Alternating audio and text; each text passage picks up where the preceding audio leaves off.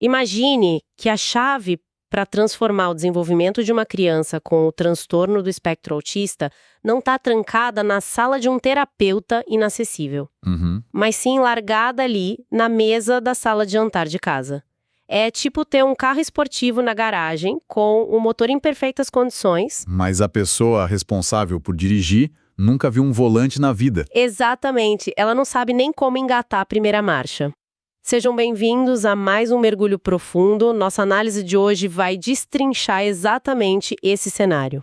E olha, o mais intrigante dessa situação é que a comunidade científica tem absoluta clareza de que essa chave existe, sabe? A literatura mostra, sem sombra de dúvida, que a intervenção mediada pela família funciona. Sim, isso já está mais do que provado. Pois é.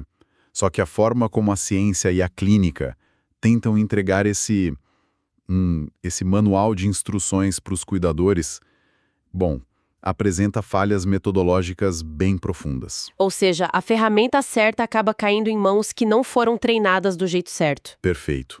É exatamente aí que a engrenagem falha. E para investigar onde exatamente a coisa desanda, a gente passou um pente fino num trabalho científico monumental. É uma revisão sistemática elaborada pelas pesquisadoras Lopes, Murari e Kienin. Um trabalho incrível, diga-se de passagem. Nossa, muito! Elas dissecaram 46 estudos diferentes, todos focados na capacitação de pais de crianças com TEA, e todos baseados na análise do comportamento aplicada, a famosa ABA. E o grande diferencial dessa investigação, o que chamou muito a minha atenção, foi o ajuste no foco, sabe?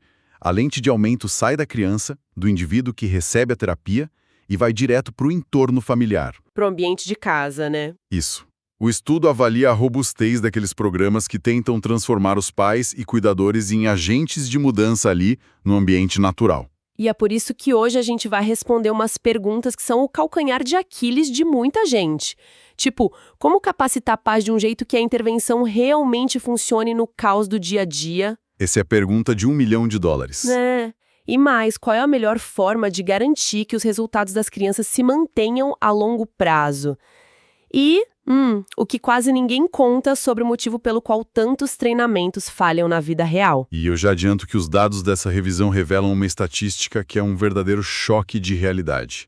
A gente vai ter que repensar muita coisa. Fica até o aviso, né? Se esse tema faz a diferença para alguém que nos ouve ou se agrega valor na prática de quem atua na área, já deixa aquela curtida, inscrever-se no canal e compartilhar o link com outras famílias e profissionais é a melhor forma de apoiar esse projeto.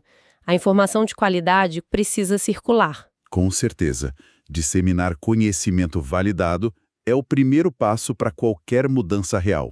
Então vamos começar desempacotando a premissa básica disso tudo. Porque, pensa bem, se a ABA é uma disciplina super analítica que exige tanta precisão na coleta de dados, por que delegar isso? É uma ótima pergunta. Não seria mais seguro concentrar tudo na mão de um profissional certificado e pronto? Na teoria, sim. Mas na prática, a gente esbarra numa matemática implacável. Intervenções para autismo precisam ser precoces e intensivas. A gente está falando de protocolos que exigem de 20 a 40 horas semanais. Nossa, é quase a carga horária de um trabalho em tempo integral. Exato. E depender só do atendimento 1-a-1 com o terapeuta cria uma barreira gigante. Pouquíssimas famílias têm como bancar isso. E mesmo ignorando o fator dinheiro... Tem a questão da agenda, né? Da disponibilidade geográfica. Sim, é um gargalo de recursos humanos. Não tem profissional suficiente no mundo para acompanhar a curva de prevalência do autismo. É um déficit global. É aí que entram os pais como mediadores lógicos. Exatamente. E veja bem, o objetivo não é dar um diploma de terapeuta para os pais. Ninguém quer isso. Claro, é como a analogia do mapa, né? A gente entrega o mapa do tesouro para a família, eles não vão construir o navio do zero, mas vão saber exatamente como navegar durante uma tempestade ali na rotina da sala de estar. Nossa, uma analogia perfeita. Eles aprendem a rastrear o próprio ambiente de forma estratégica.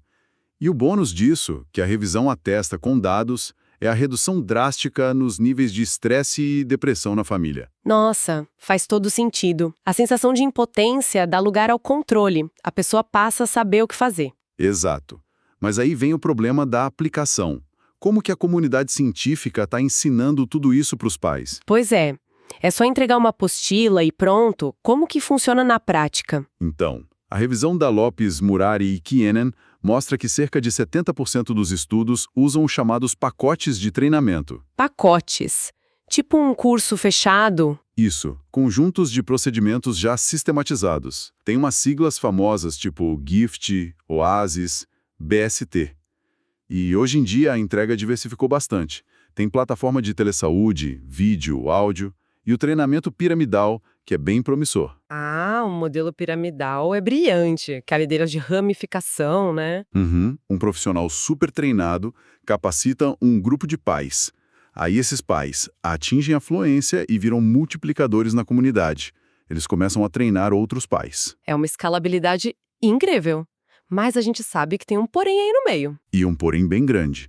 A revisão levanta um alerta metodológico grave sobre como esses pesquisadores estavam medindo o sucesso desses pacotes. E aqui a gente entra na ilusão da medição. Exatamente. A falha é que 23,9% dos estudos mediram o sucesso olhando só para a criança. Peraí, como assim? Se o treinamento é pros pais, como eles avaliam só a criança? Pois é, a inferência causal quebra totalmente. Se você não documenta que o pai de fato aprendeu e aplicou a técnica, como que você vai provar que a melhora da criança foi por causa do pai? Nossa, poderia ter sido o desenvolvimento natural da criança, ou a escola, ou qualquer outra coisa. Sim.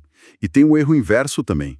Cerca de 19,6% dos estudos mediram só o adulto, ignoraram a criança. Então o pai ia lá, tirava 10 na provinha teórica, mostrava para o pesquisador que sabia fazer. Mas ninguém ia checar se isso mudou alguma coisa na rotina da criança em casa. É o famoso abismo entre eficácia e efetividade, né? Exato. O pacote pode ser super eficaz no laboratório, mas para ter relevância social de verdade, a intervenção tem que ser efetiva no mundo real. Se a criança não melhora em casa, o treinamento não cumpriu o papel dele. É um auto-engano científico gigante. Mas, pessoal que nos ouve, fica com a gente, porque essa falha na medição nem é o detalhe mais chocante dessa revisão. Não mesmo. O ponto crítico é quando a gente olha para o conteúdo do que estava sendo ensinado. Aqui é que a coisa fica realmente interessante. As autores dividiram os estudos em 2 grupos, né? Isso. O grupo A tinha os estudos com métodos mais claros, que definiam bem o que ia ser ensinado, e o grupo B eram os estudos mais vagos, que só falavam em ensinar princípios gerais, sem muito detalhe. A lógica seria que o grupo A entregasse o treinamento perfeito. Seria. Mas o dado mais estarrecedor está justamente dentro do grupo A. E qual foi a descoberta? Dos estudos com definições claras, incríveis 86,7% focaram em ensinar os pais a modelar a forma do comportamento da criança, e apenas 13,3% ensinaram os pais a fazer a análise funcional desse comportamento. Caramba! 86% focando só na forma? Só na topografia, na aparência da coisa, ignorando a função. Nossa, é como a síndrome da receita de bolo. É tipo ensinar alguém a apagar um incêndio jogando um balde de água, mas não ensinar a identificar se o fogo é elétrico. Uma baita analogia de novo. Se a pessoa joga água no curto-circuito, o desastre é imediato. Se o pai não sabe o porquê a criança está tendo aquela crise, agir só na forma visual do comportamento não resolve nada. Pode até piorar. Pode agravar muito. Imagina um choro intenso. A forma é a mesma, a criança está chorando alto, mas a função pode ser diferente. Pode ser que ela queira fugir de uma tarefa, ou pode ser que ela queira um brinquedo. Se a cartilha mandou o pai ignorar para extinguir o choro, e o choro era para fugir da tarefa, ignorar só vai reforçar o comportamento. A criança aprende que chorar funciona para escapar. Nossa, e o pior é que a família acha que está aplicando a técnica certa porque seguiu a cartilha. Exato. É por isso que intervenção descontextualizada não funciona. E aqui entra a importância da PCDC, que é a Programação de Condições para o Desenvolvimento de Comportamento. É preciso mapear o ambiente, né? Entender o que acontece antes e depois. Sim, variáveis antecedentes, a resposta em si e as consequências. O treinamento não pode ser uma regra decorada. Tem que dar para o cuidador o raciocínio clínico para ele operar dentro daquele ambiente caótico de casa. Ele precisa aprender a ler o ambiente. Mas ensinar esse raciocínio clínico para alguém que não é da área, que está no meio de um turbilhão familiar, isso não acontece só lendo o manual, né? De jeito nenhum. A leitura superficial não retém o conhecimento. É preciso prática instrucional. E a revisão mostrou que no grupo A, quase 87% usaram boas estratégias instrucionais e focaram na prática. Com modelagem, com o feedback na hora, o pesquisador precisa ver o pai fazendo e corrigir ali mesmo, né? Sim, o ensaio comportamental é essencial. Já no grupo B, o foco na prática caiu drasticamente para uns 56%. Sem prática supervisionada, a teoria simplesmente evapora no primeiro obstáculo em casa. Mas mesmo quando tem muita prática e o método é bom, a gente esbarra na questão da manutenção a longo prazo, não é? A pesquisa trouxe um dado duro sobre isso. Muito duro. Meses depois do fim do treinamento, quando os pesquisadores foram checar, apenas 34,8% de todos os estudos indicaram uma manutenção total dos resultados. Caramba! Só 34%?